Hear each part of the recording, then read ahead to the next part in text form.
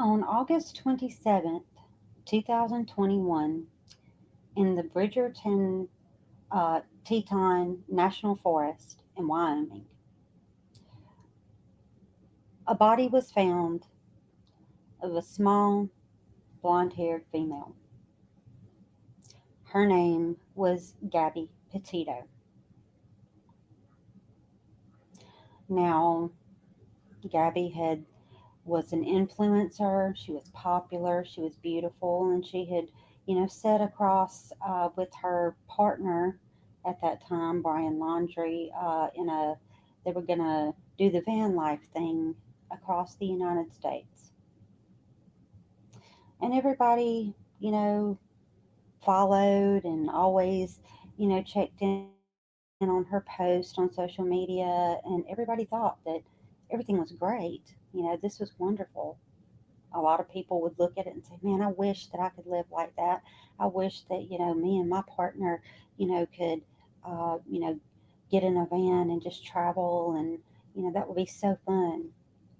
But what nobody understood was that there were other things going on behind the scenes that no one knew about. And unfortunately, it would lead to the death of Gabby. So today, we're going to talk about domestic abuse. Um, we're going to talk about what it is, different types, and examples of it all. Domestic abuse is coercive control. Um, it's a pattern of intimidation, degradation, isolation, control with the use or threat of physical or sexual violence. You can have psychological or emotional abuse, physical or sexual abuse, financial or economic abuse, harassment, stalking, online and digital abuse. Well, let's talk about that. Let's talk about physical abuse. I think we all kind of know what that is, but let's just hit on it a little bit. Um, Biting, slapping, shoving, grabbing, punching, um, hair pulling, um, and it also includes denying someone medical care um, if they need it. That's physical abuse. Or forcing someone to drink alcohol or to take drugs. That's physical abuse. Now let's look at sexual abuse. That's, coercing or attempting to coerce any sexual act or behavior without a person's consent. This includes marital rape. Yes, marital rape is a thing. Just because you are married does not mean that you lose your ability to consent to sexual contact. No means no, whether you're married or not. Attacks on sexual, parts of your body, and you know what I'm talking about here. You know, um, if someone is, they may not be forcing the actual act of sex upon you, but they might still be hurting you in other ways. Um, Forcing sex after physical abuse has occurred. Okay, now let's talk about this one because this one a lot of people don't catch. We've all heard about makeup sex, right? Now, I'm not saying that every time this happens that it's considered sexual abuse. Okay, no, I'm not saying that. Because if you have a healthy relationship with your partner, you are going to have disagreements. Okay, that's all part of learning about one another. If you're in a relationship with someone and you literally never fight about anything, it's not a healthy relationship. That shows that you're really not interested in learning about or the other person about you, what likes, dislikes, that kind of thing, um, and also learning how to um, get through those arguments, um, and cooperating, giving in, where you can. That's all part of that's a healthy relationship. Okay. And so, of course, um, a lot of the times you'll have a big old argument about something and the makeup sex comes. That's just the way that it is. Now, that's not what I'm talking about. But if someone is physically harming you and then, you know, coming back in and trying to make it okay, that's that's sexual abuse, and it can stem. It's a psychological move too, because you say, oh well, this person hurt me, but then they came in here and they wanted, they wanted me, and we had this intimate moment, and they love me. No, it's a psychological move as well. Um, so be careful with that one, okay? Be careful with that one. Sexual abuse also, you know, demeaning someone, and we all know every person's different in this area, but there are certain things that, you know, um, if someone is doing to you because they know that you don't like it, that it makes you feel dirty, but they do it to you for that specific, you know, reason, that's abuse. Okay.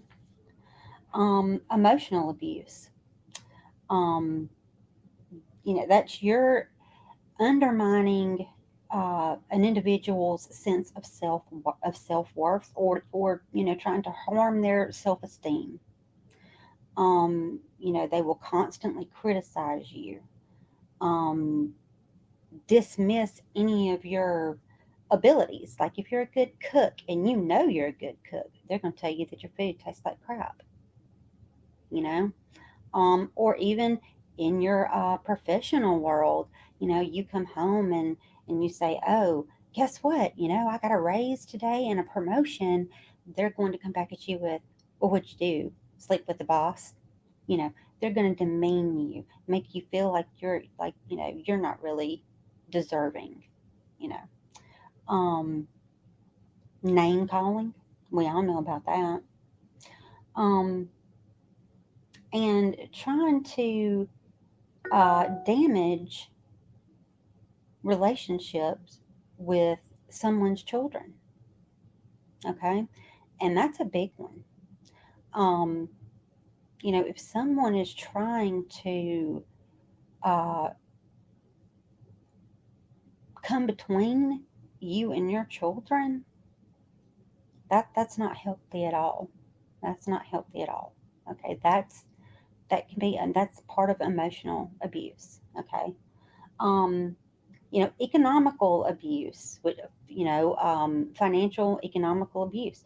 A lot of people, when I was in an abusive relationship, I did not even realize that I was being abused, because I didn't realize that, economic or financial abuse was abuse, and it is. And, that's controlling someone's ability to acquire um, or use, economic resources for which they're entitled. Um, Coercion for fraud, manipulation to restrict a person's access to money, assets, credit, or financial information. Unfairly using personal economic resources, including money, assets, and credit, um, or exerting, influence over their finances. Economic behavior, including forcing default in, any kind of joint financial obligations you have. Um, if they are, like in my, case, um, it was, I never, basically at that point in time, I was a stay-at-home mom. I had two small children. One was just starting school, the other one would have had to been in full-time daycare. Um, it just wasn't, when you put the numbers out there, it would just, I would be working to pay daycare is what I would be doing. And so at that point in time, I stayed home. I was at home with our children. Um, and normally, I mean, we had had a very healthy marriage and a very healthy relationship up until this point in time. Um, and all of a sudden, he began, he wouldn't deposit his paycheck into the checking account. He would cash his check. He would not allow me to pay any bills. So basically, I never got to leave the house. He would not give me grocery money. He insisted on doing the grocery shopping. So I literally, didn't even really get to leave the house. I had no access to funds at all. And then when I had finally had enough, um, which I thought this would end my abuse. It was, but it didn't. The abuse got even worse. But when I finally, had enough, and I started to try to pull away, and I went and got a job, and I opened up my own checking account. When he found out these things, you know, my my my paycheck had been going into our joint account, and when I finally had the nerve to open my own account, when he found out that I was leaving him on a Friday after both his paycheck and he had his money and my money had gone direct deposit into the checking account, he emptied the account and closed it, took all the money out of it, and opened an account just in his name. Left, and I had no money, none. And he left me and the kids. I had no money to go get groceries, nothing. But that was part of his control, and that part of the defaulting on financial obligations. Our we were renting a little home at that time because we had just moved back to where I live now from another area that we lived in, where we lived in our vacation home for a while, and I didn't like the school systems up there, so we came back to where we're normally from, which is about 30-45 minutes away. We still had a vacation home, but so we rented a little home here so that we could go ahead and get my one of my sons into school, and so like the rent for that house was in mine and his name. Uh, and it was like when he found out that when I told him that I wanted a divorce, like I said, he closed the joint account, took all the money. Um, I had no money for groceries. He moved out, moved in with his girlfriend. Um, Refused to help me pay the rent. I had a car payment. I mean, yes, I had a job, but it was only a part time job because I had, my child that was in school. So my work hours were as such. I went to work while, um, at that time, he was, I believe, 9, um, in like the third grade, I think. And, I would get off work right before he would get home from school. I'd go pick up. I found a good friend of mine from high school. Told me that she would keep my baby for me um, while I worked, and I didn't have to pay an arm and a leg for daycare. Um, And then I would, pick the baby up, and then I'd be home in time, and the bus literally dropped off my other son in our driveway. And so, but that was just a part-time job, you know. Um, and yeah, he left me with everything, with all the bills. Um, and that just was like, I mean, I just thought that it was bad then. But anyway, let's go on. And let's talk about this also. Exploiting like powers of return of attorney, or guardianships, conservatorships. Um, if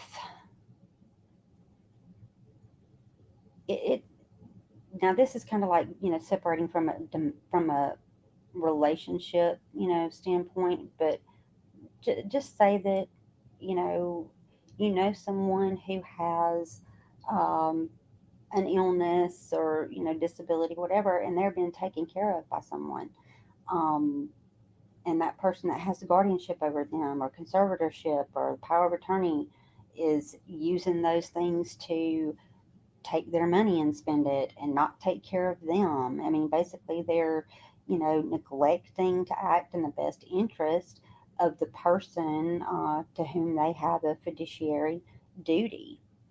Um, that is also considered, economic and financial abuse. Now let's go to, psychological abuse. Now that is, causing fear by intimidating or threatening harm to their self, because they'll say, "Oh, I'm going to kill myself if you don't do this," or harm to their partner, or children, or the partner's family or friends. If they're threatening harm to anyone, that's psychological abuse. They're saying, if you don't do this, or if you don't say this, or if you don't act this way, I'm going to hurt someone you love. That is psychological abuse.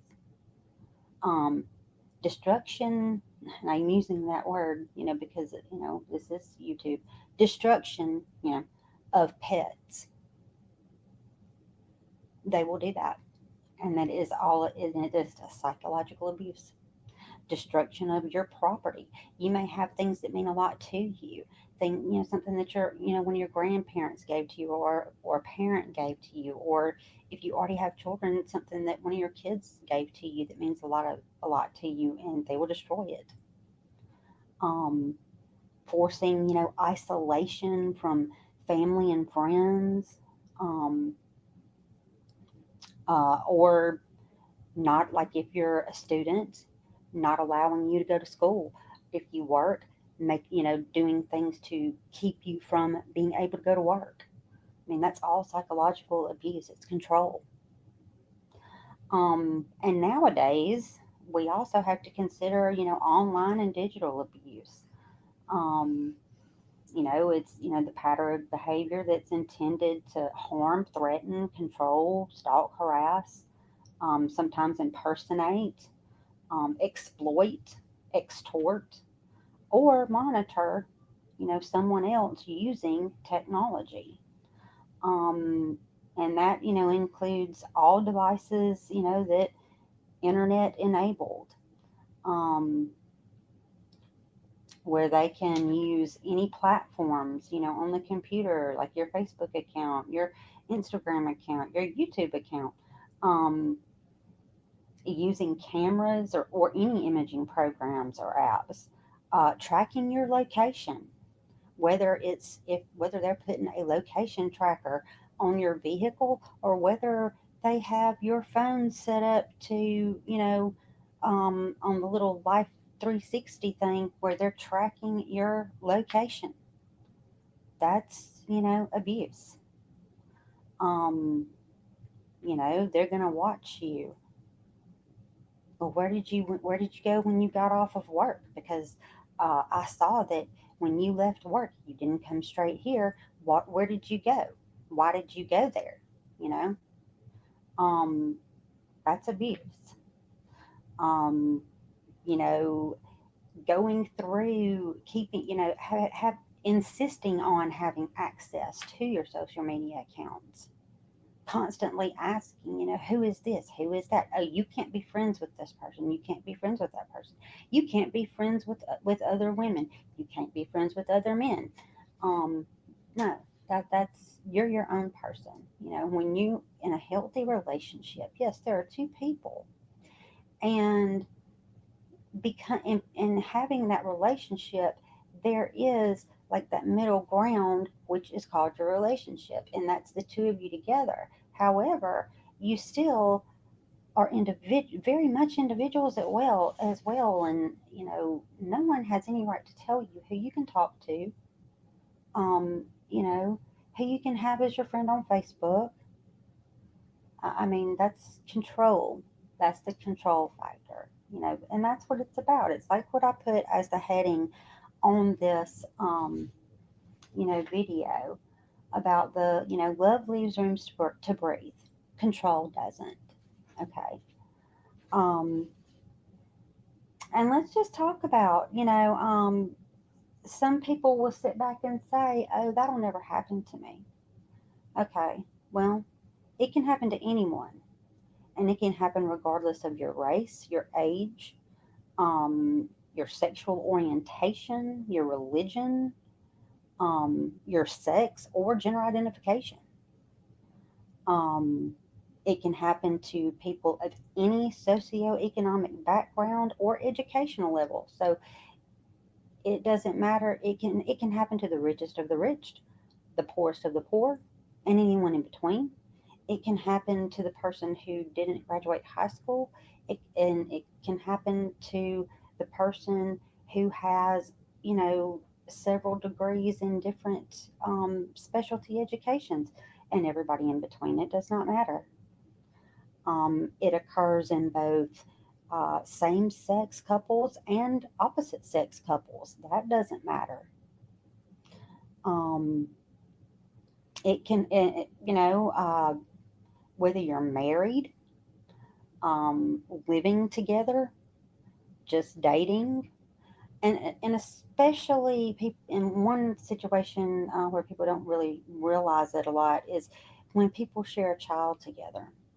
Um, because we know just because you share a child with somebody may not necessarily mean that you're in a relationship with them.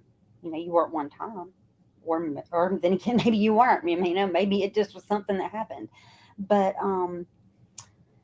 that is seen a lot in people who share a child. One or the other will be very manipulative over the other one to control that person.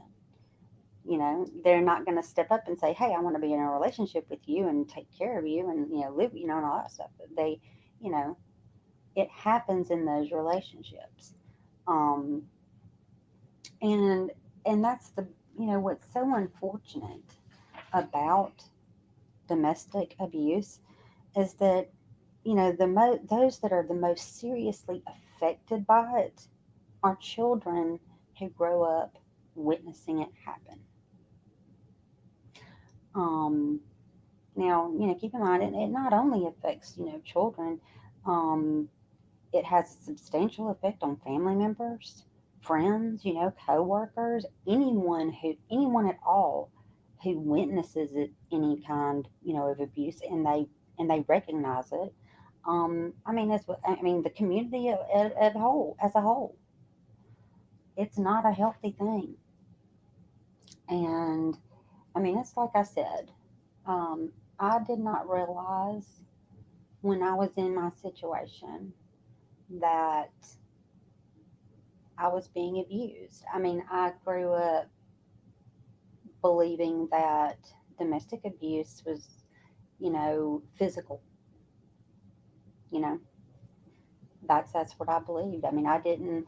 I mean, and I knew that I knew that emotionally, and stuff like that, that wasn't right. But it's those little things that are behind the scenes, manipulation wise, that you don't see as abuse. And like in my particular situation, um, it had not always been that way. We had a very long, very healthy, very loving marriage. We built a life together. We had, a family. Um, and unfortunately, he developed an addiction problem, which, I mean, that we that had been going on for a few years. Um, but he and I together, we were handling that. I mean, because I loved him, and in sickness and in health, all that stuff, and so I stood by him and helped him, and he stepped up to the plate himself, and he would realize, but he couldn't quite ever get completely away from it, Um, but then when you take someone who already has a problem, an addiction problem like that, and it only takes that one person to step into their life that can turn everything upside down. And that is what happened with us. You know, his side piece, she was married herself, but I was very good at where social media was concerned. Facebook. I have a Facebook page. I have my Instagram page. I even had a family blog, an actual, family blog that because we had family members all over the United States, and that way people could, keep up with what all of, because we had a wonderful family and a wonderful relationship up until this point in time. And, she was married as well, but she saw on Facebook this life, now, because of course I didn't put on my Facebook page the bad stuff, um, but she saw people who had a lake home and had a boat and went to Disney World and did all of these things, and she wanted that. And so when you have someone who has addiction problems, and then someone, I mean, we didn't even know this like we had no clue she even existed in the world. And she literally, I came to find out she had been stalking my Facebook page for over a year, and she actually figured out a mutual friend, or I don't really necessarily know she she made that person a mutual friend. Um, she realized that we had a very good friend that was in a particular, they were cosmetologists, and she had just graduated from cosmetology school. She made sure that she somehow met him. He was very much mine and my husband at the time. He was my best friend, and he was my husband's best friend. Like, I could go talk to him about anything, and I knew that he wasn't going to tell a soul. Not even my husband. My husband the same way. He was both of our best friend, and yeah, she made sure that she met him.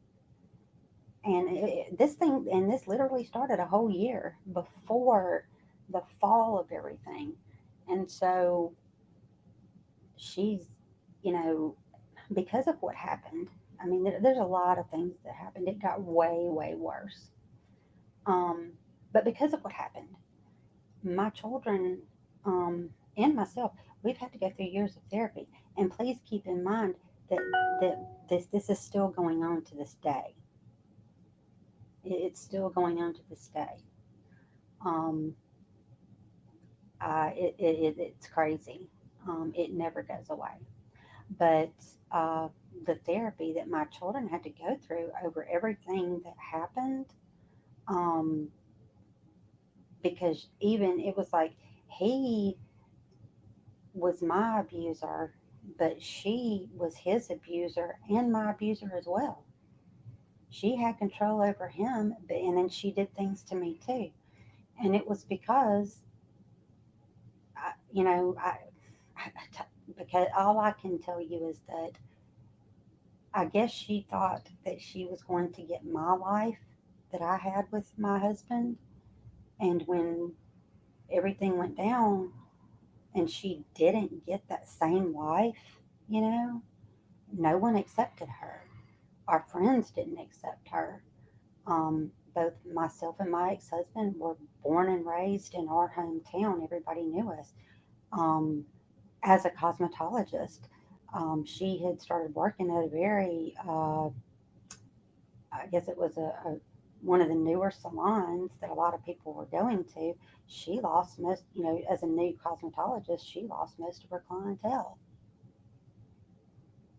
but she had my husband paying her booth rent while he was still living in the house with me, though. And she still had a husband at home.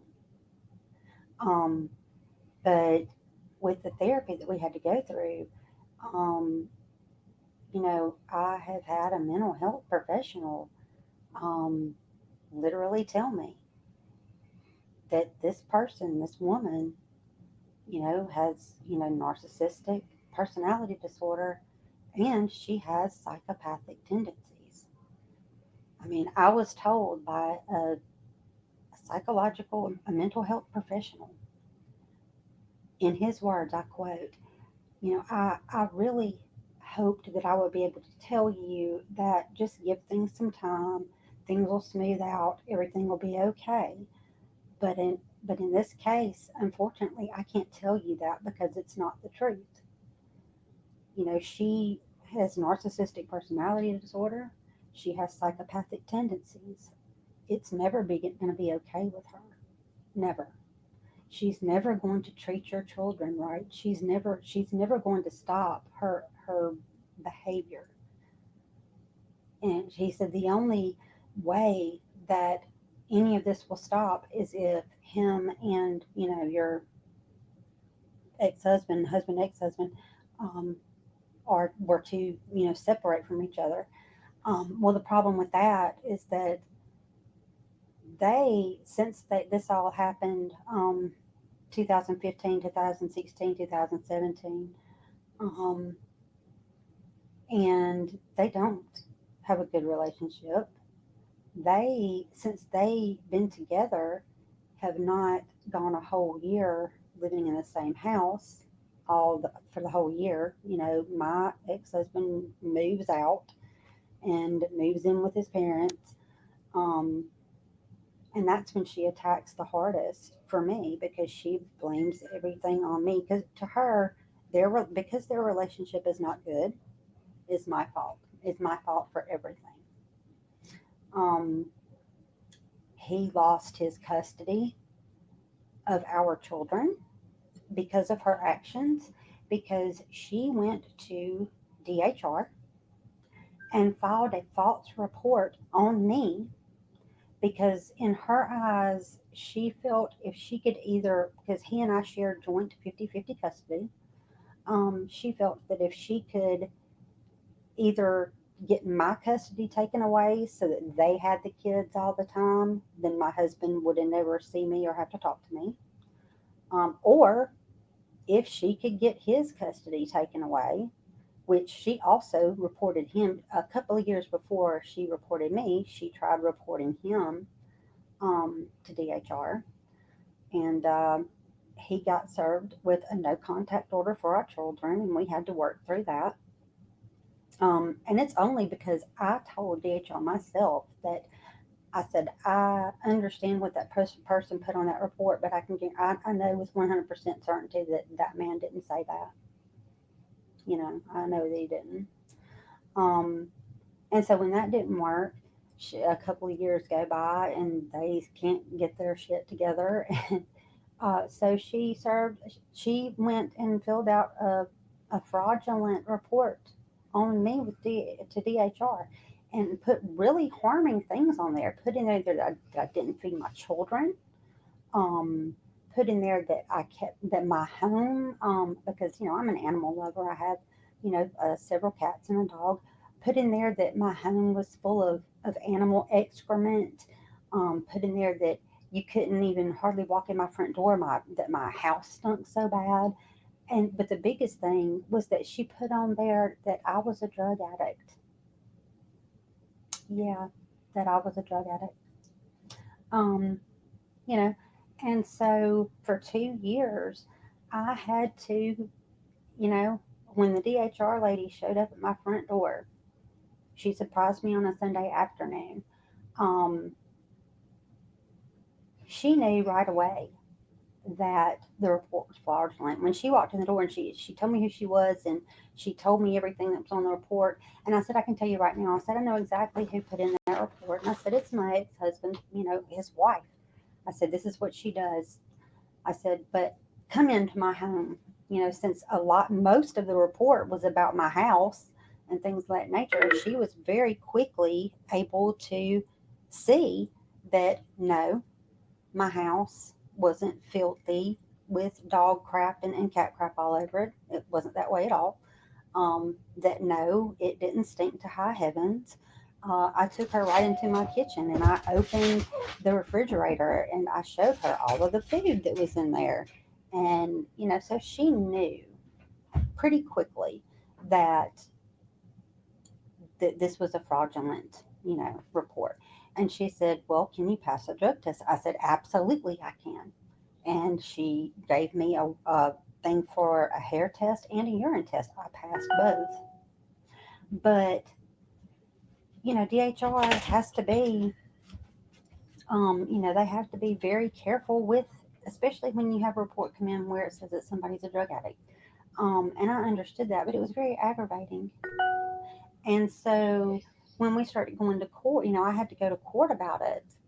Well, he also, because we had joint custody, he also had to go. And, because I told the judge that she was the one who did it, I said, I don't know if he had anything to do with it. I said, but it was his wife. And so, because we had joint custody, they actually had to go out to his house and look at his house too. And they made him take a drug test too. Well, guess who didn't pass their drug test? He didn't. And as a result of it, his custody was taken from him and given to me. I now have, 100% custody of my kids, and his visitation is supposed to only be 4 days a month. And he actually doesn't even, it's rare that he gets the children those days because she has so much, she has so much control over him still. And I have been through, having people surveil my home, having people break into my internet, having people constantly watching my social media. It's horrible and it's scary. And it's like I've told people, I feel like I have a target on my back at all times. And so, um, and you would think that if, okay, like I tried to, after I divorced, I tried to start dating one time. As soon as she found out who I was dating, she had her friends start calling him, and she had one of her male friends call him and tell him that he was my boyfriend. You know, I even had to pull away from my friends because, say, me and a girlfriend went out for lunch. Um, she literally, has people watching me all the time. And so, like, I would go out to lunch or to dinner with a girlfriend the next day. That girlfriend would start getting phone calls from someone, you know, saying that they don't need to be hanging out with me because I'm crazy.